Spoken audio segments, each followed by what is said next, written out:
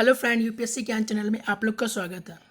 आज हम वाक एवं अभिव्यक्ति की स्वतंत्रता और न्यायिक अवमानना से संदर्भ में बात करेंगे, जो कि अभी न्यूज़ में है। दरअसल यह मामला जो है अवमानना का जो मामला है वो अधिवक्ता प्रशांत भूषण के द्वारा किए गए ट्वीट से संबंधित है। ओके फ्रेंड, हाल ही में जो है ना उनके द्वारा सोशल मीडिया साइट ट्विटर पे पोस्ट किए गए कथित अपमानकारक ट्वीट में सर्वोच्च न्यायालय की आलोचना की गई थी। अवमाननाकारक ट्वीट में सर्वोच्च न्यायालय की आलोचना की गई थी। इस वजह से इस पे कंटेम्प्ट ऑफ कोर्ट का आरोप लगाया गया सर्वोच्च न्यायालय के द्वारा। ये बात तो इतना ही नहीं है, प्रशांत भूषण ने वैश्विक कोविड-19 के दौरान दूसरे राज्यों से पलायन कर रहे कामगारों के मामले में सर्वोच्च न्यायालय के रवैये की तीखी आलोचना की थी। जो अभी देखे ना, हाल ही में जो कोविड-19 फिर लॉकडाउन जो हुआ उसकी वजह से तो कई बाहर से जो मजदूर पलायन अपने अपने राज्य में सब पलायन करने लगे तो इससे संदर्भ में जो सुप्रीम कोर्ट का जो वर्डिक्ट आया था उसका आलोचना करते हुए ट्विटर पे कुछ लिखे थे, जिसके आरोप में उन पे कोर्ट कंटेम्प्ट ऑफ कोर्ट जो बोलते हैं न्यायालय का अवमानना का आरोप लगाया गया सुप्रीम कोर्ट के द्वारा।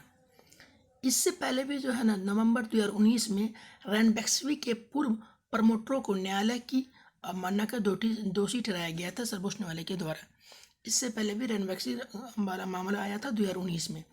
तो ये जो कंटेम्प्ट ऑफ कोर्ट है, कंटेम्प्ट ऑफ कोर्ट जो है न्यायालय की अवमानना, ये न्यूज में तो इसे हम विस्तार में आके देख लेना चाहिए। अगर ये मामला है क्या, इसका अर्थ क्या है न्यायिक अवमानना का, मीन्स कंटेम्प्ट ऑफ कोर्ट। आइए डिटेल में देखते हैं।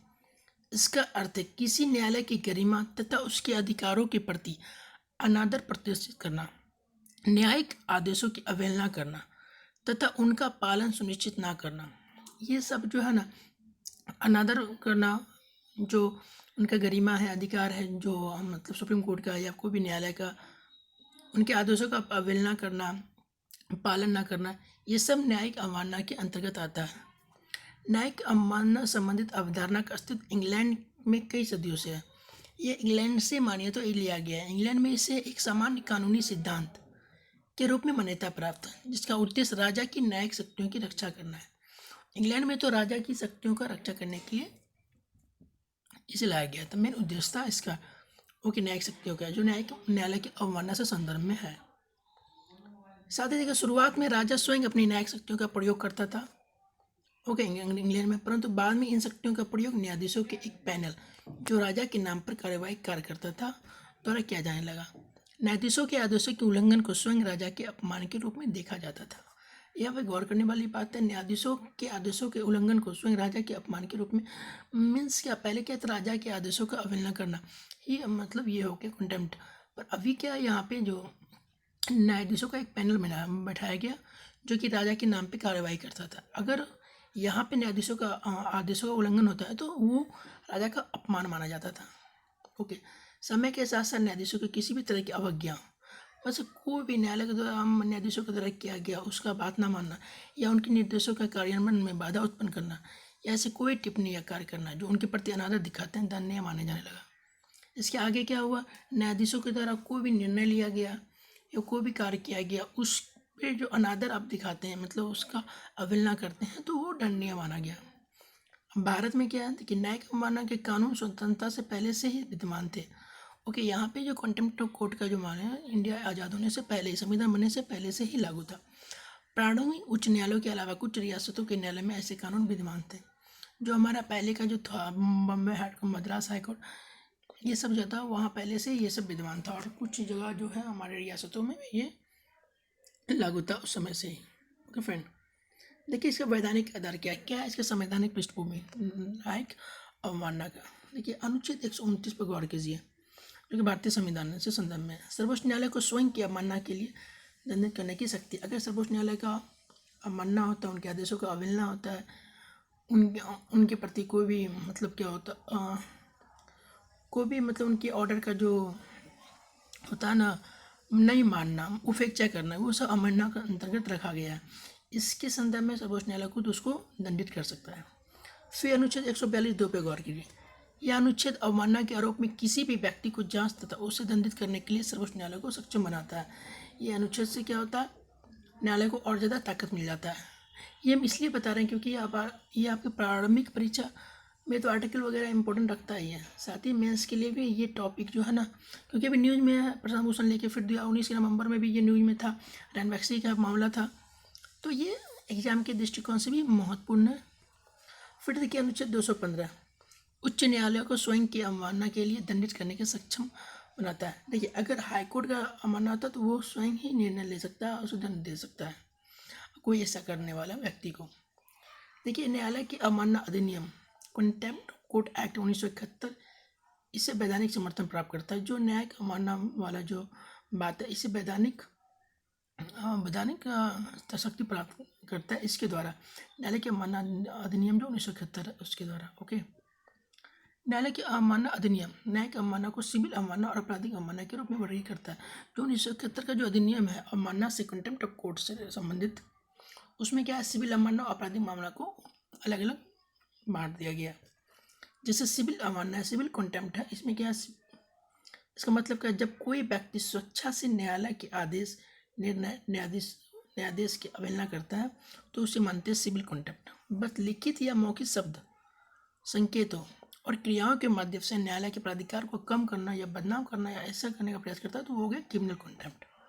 ओके फ्रेंड, तो यहाँ पे गौर करिएगा, तो दोनों में अंतर क्या है, यहाँ व्यक्ति स्वेच्छा से, यहाँ पे क्या न्यायालय के प्राधिकार को कम करना बदनाम करना ऐसे संदर्भ में है। ओके, न्यायिक प्रक्रिया के प्रति पूर्वाग्रह रखना या आक्षेप करना, न्याय प्रशासन को किसी भी तरीके से रोकना या बाधित करना, ये सब आता है क्रिमिनल कंटेम्प्ट में, आपराधिक अवमानना के अंतर्गत आता है। ओके फ्रेंड, तो न्यायिक अवमानना को 2 आधार पर माना गया। कौन सा एक्ट 1971 का जो अवमानना अधिनियम एक्ट है, जो अधिनियम उसके तहत ये सिविल अवमानना आपराधिक अवमानना, इसके अंतर्गत क्या क्या पॉइंट है ये आप याद रखिएगा। ओके, चलिए नेक्स्ट देखिए न्यायिक अवमानना में क्या क्या शामिल है। संपूर्ण न्यायपालिका या अलग अलग न्यायाधीशों के खिलाफ आरोप लगाना, ये भी न्यायिक अवमानना है। फिर देखिए न्यायालयों के निर्णय और न्यायिक कार्यों में बाधा उत्पन्न करना, ये भी है न्यायिक अवमानना। फिर न्यायाधीशों के आचरण पर किसी भी तरह के अपमानजनक हमला करना, ये भी आपका आ गया न्यायिक अवमानना में। क्या शामिल नहीं है, यदि न्यायिक कार्रवाई की निष्पक्ष और सटीक रिपोर्टिंग में न्यायालय की अवमानना नहीं होगी। ओके, किसी मामले की सुनवाई और निपटान के बाद न्यायिक आदेश की व्यक्तिगत निष्पक्ष आलोचना करना। देखिए आलोचना करना अलग बात है, पर उनका ना मानना, ये मतलब रीजनेबल रेस्ट्रिक्शन जो होता है उसके अंतर्गत अगर आलोचना कर रहे हैं, आप निष्पक्ष आलोचना कर रहे हैं तो कोई दिक्कत नहीं है, या आप निष्पक्ष सटीक रिपोर्टिंग भी कर रहे हैं उनका कोर्ट वाटिक का, तो वो भी अवमानना के अंतर्गत नहीं मानेगा। देखिए इस पर यह न्यायिक अवमानना और वाकई व्यक्ति पे बहुत, वाकई व्यक्ति जानते हैं हमारे संविधान का आर्टिकल 19 में है, उसे डिटेल में देखना है तो आप हमारे प्लेलिस्ट पॉलिटी के प्लेलिस्ट में जाकर देख सकते हैं। अलग से एक वीडियो उस पर विस्तार से समझाया गया, उसके अंतर्गत क्या शामिल है क्या नहीं शामिल है, एक एक पॉइंट को उसमें डील किया गया। ओके फ्रेंड, वाकई अभिव्यक्ति की स्वतंत्रता आप वहाँ जाकर देख सकते हैं। इस पर ये भी आरोप लगाया जाता है, मतलब न्यूज़ में भी देखने को मिलता है कि ये जो है ना सुप्रीम कोर्ट जो है कंटेम्प्ट ऑफ कोर्ट के आधार बना के व्यक्तियों का जो आर्टिकल 19 है उसका जो है ना उल्लंघन कर रहा, उसे छीनने का प्रयास कर रहा है, मतलब ताकि उसके अगेंस्ट में कोई ना बोले, पर ऐसा आरोप मात्र है। न्यायालय के पास अवमानना पर दंडित करने का अधिकार है। अभी तो आगे पहले पढ़े थे, 6 महीने के लिए सामान्य जेल या 2000 रुपये का अर्थदंड, या दोनों शामिल है। ओके, या तो 6 महीने का जेल हो जाए या 2000 रुपया, या तो दोनों हो जाएगा। ओके, संविधान के अनुच्छेद 19 भारत के प्रत्येक नागरिक को वाक व्यक्ति की स्वतंत्रता प्रदान करता है, परंतु न्यायिक अवमानना अधिनियम 1971 द्वारा न्यायालय की कार्यप्रणाली के खिलाफ बात करने पर अंकुश लगा दिया गया है।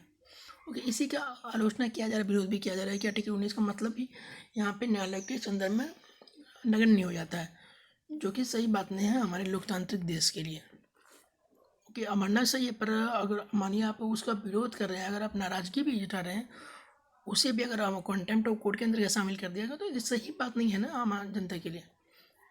किसी न्यायाधीश की आलोचना को सर्वोच्च न्यायालय की निंदा या उसकी गरिमा को कम करने का आधार मानना युक्ति संगत आलोचना का विरुद्ध है। ओके फ्रेंड, यहाँ पे क्या मतलब ये देखिए समझने की बात है, अब न्यायालय का कोई विरोध कर रहा है, कोई भी न्यायालय का विरोध कर रहा है तो इसका मतलब ये तो नहीं है, अब कोई न्यायालय का विरोध कर रहा है तो इसका मतलब क्या, अगर हम उसको वर्डिक्ट से खुश नहीं तो हम नाराजगी व्यक्त की, तो उसमें क्या क्या किया, हमारा जो आर्टिकल 19 का जो अधिकार है हमें बोलने का वो भी छीन लिया गया, और हमें 6 महीना का जेल भी दे दिया गया, 2000 रुपये का दंड भी दे दिया गया। हम मेरा इरादा भी नहीं था, तो वो सही नहीं है। ओके फ्रेंड, तो आज के लिए इतना ही। Thank you friend, have a nice day.